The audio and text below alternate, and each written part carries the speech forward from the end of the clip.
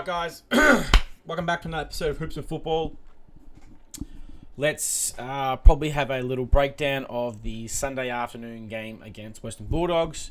We'll just start straight off the gate, and we'll probably all admit it's probably along the lines of the Sydney Swans game, where we kind of just didn't show up. It was good to see we did decide to put up a bit of a fight near that last quarter. I think we ended up kicking 5 goals each. The problem was we kicked 3 goals for 3 quarters. Accuracy, again, is killing us. Something we will need to work on in the off-season for a lot of these players. A lot of opportunities gone but missed. But I'm not as angry, I think, as a lot of fans are.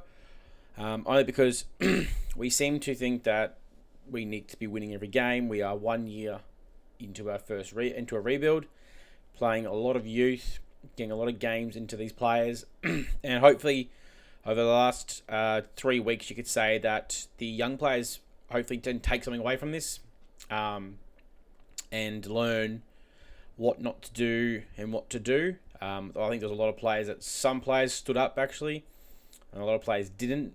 But look, it was hard. It's hard to take much away. I'm generally trying to be positive about the club, but it was another lackluster game.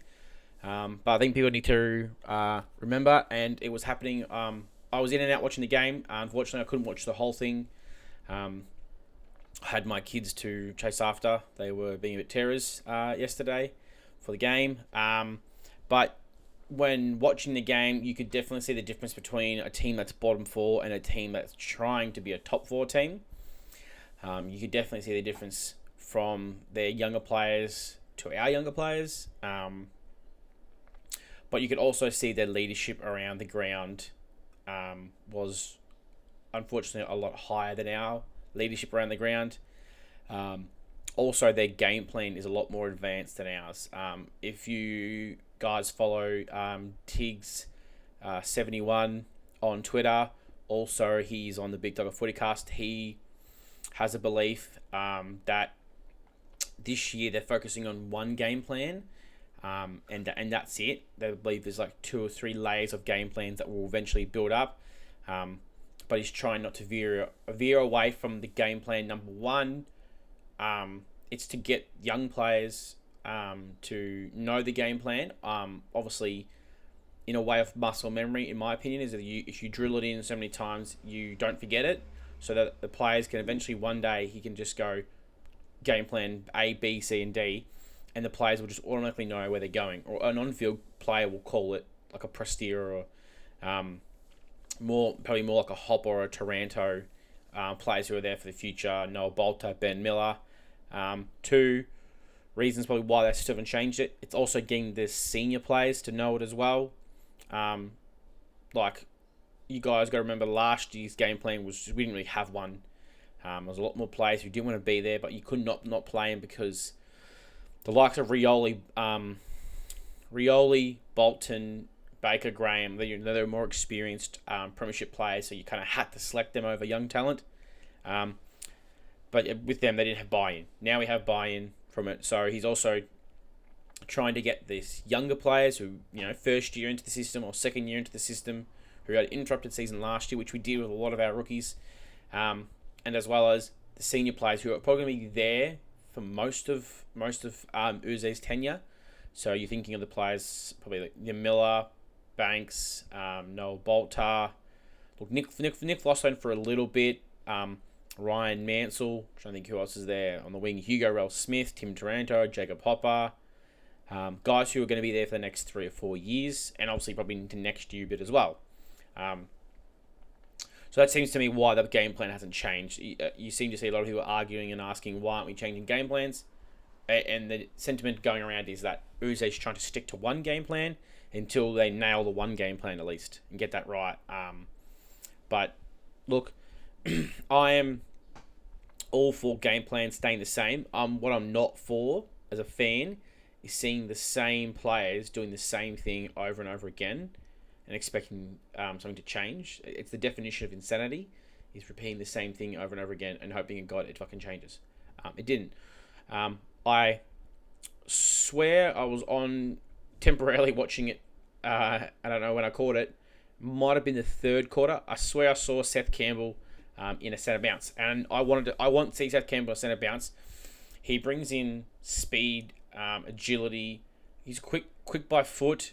I mean, like, what I mean by foot, I mean my hand to foot. Yeah, he has speed. He's very lightning speed, but his hand to foot is pretty quick to get the ball going. So I saw him in a couple of clearances in the area where he was seen to be in the contest, and he seemed to get the ball up pretty quick and get going. Obviously, he just needs to learn to either take the initiative to kick some goals when he's open instead of handballing it, and that handball turns to shit. But also when he's going forward to hit his targets. So, look, I think some things need to change during the game. I don't care if the game plan stays the same. I just need to see different players. Yeah, sorry, I'll have to edit that out. You guys probably heard the phone call, but I'll cut that out after. Yeah, so it was just about the centre being the same shit over and over again. That's just got to change. It just fundamentally has to change as a club if we want to go forward with getting these players more experienced as well. So, all right, let's just do a quick shuffle through the stats of players, probably some key players, and then we'll go down to the team stats. We're just going to work out some of the team stats as well, of things that are concerning again, or things that need to be changed, or where we normally are, but Bulldogs are just a better team. So, as we all know, 21-9 to 135. 135 to 8-8-56. Bulldogs by 79 points. So they were actually quite accurate as well. It never seemed like they were going to miss a freaking goal. That didn't help us either. So Nick Firestone was probably, you could say, best on ground. He had 28 disposals. He was the most consistent player. I think the first quarter he was pretty quiet. And then pretty much from the second quarter to the fourth quarter, I just watched him just climb up the ladder for disposals. And he just seemed to be everywhere. Yeah, he made a few mistakes here and there, but also you could see his experience a few times where he got the ball and he pump faked it. Bulldogs fell for it, and he was able to exit out that back flank and get the ball going forward. So 19 kicks, 9 handballs, 7 marks, 2 tackles, 479 metres gained. So as a defender, you can see he's moving the ball and he's getting the distance on it. Tim Taranto, probably not one of his better games. I know the disposals will say it, but you'll understand when I read them out. 28 disposals, 11 kicks, 17 handballs, 3 marks, 6 tackles. I love the tackles are up. That's good by Taranto. He tends to be a player that doesn't like to chase. He tends to just kind of jog behind him, and that really bugs me from a player who's meant to be a leader. To me, he should be leading by example. But the one that concerns me still is his metres gained. It's 235. And I don't know what the average for a midfielder is, but when you're getting nearly 30 touches, you should be getting, at least 300 plus. So the ball mamba, in my opinion. Camden McIntosh, 1 goal, 20 disposals. Good to see that he wasn't the sub. As much as I didn't like who the sub was, good to see that McIntosh wasn't the sub again. I think you need him to be playing, and it helps with experience. I think he should be on the wing as well, teaching Hugo how to be a wingman, because I think Hugo needs those lessons. But he with his 20 disposals, this is what annoys me with the Taranto thing, and this is just a little show you the difference of what players can do by foot. So he had 12 kicks, 8 handballs, 3 marks, 2 tackles, 2 clearances, and 417 metres gained. So that just shows you how he's nearly doubled the metres gained and almost had 10 less disposals than Taranto. Jack Ross, 1 goal, 19 disposals, 307 metres gained. I actually liked Ross's game.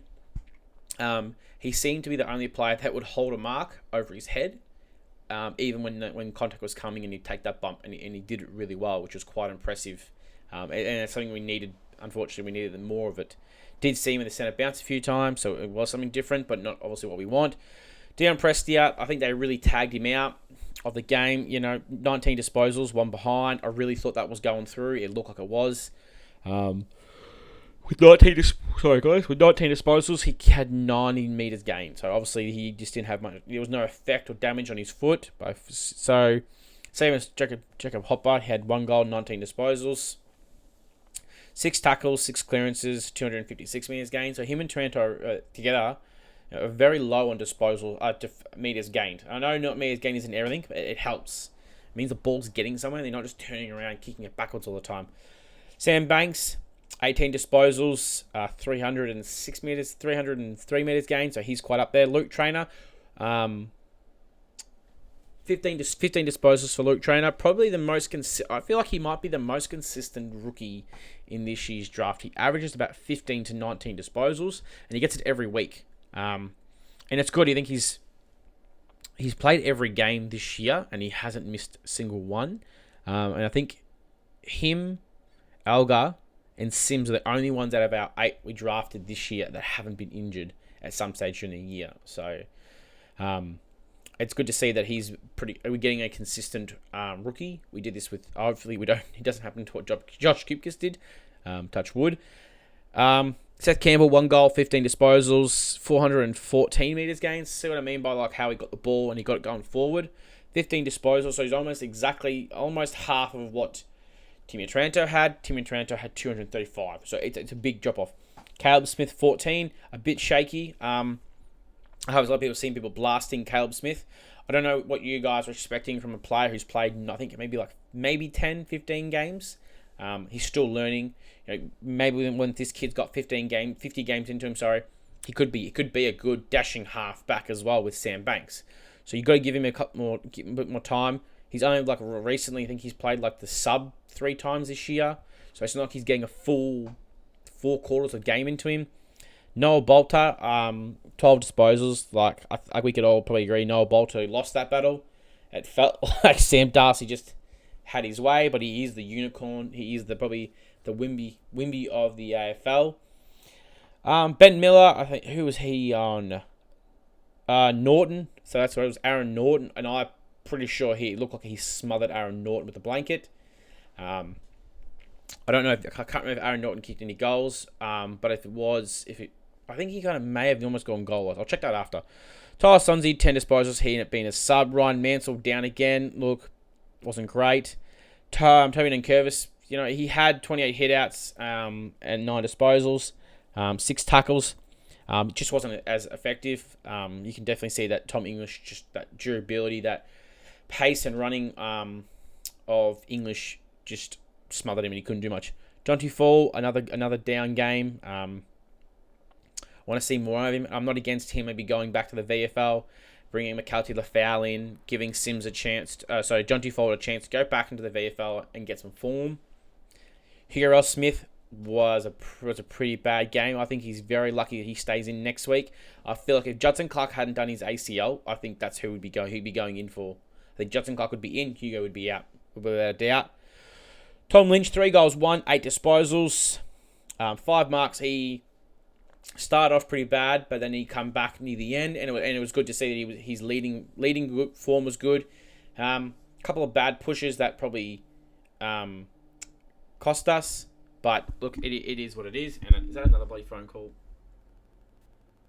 Yeah. Right. Okay, so right now I just got another phone call again. Apparently everyone's called me today. So Tom Lynch. I don't know if everybody also heard that.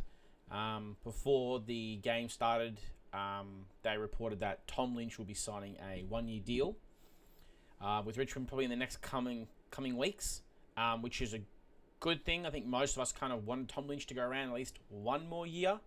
And I think we kind of need him to as a club to help out the Sims, Jonty Fall, Harry Armstrong, just to have that at least 2 years with an experienced premiership forward, just to teach him a bit. So, look, Steely Green, we'll move on from Tom Lynch. Steely Green, 1 goal, 7 disposals. Probably not his best game besides the 1 goal. Thomas Sims, 6 disposals. He's probably a bit down as well. I'm not against seeing maybe a Bauer coming in as well, and maybe giving Sims and Jonty the breather sort of way down in the VFL. And the last one would be Jasper Alga on 3 disposals.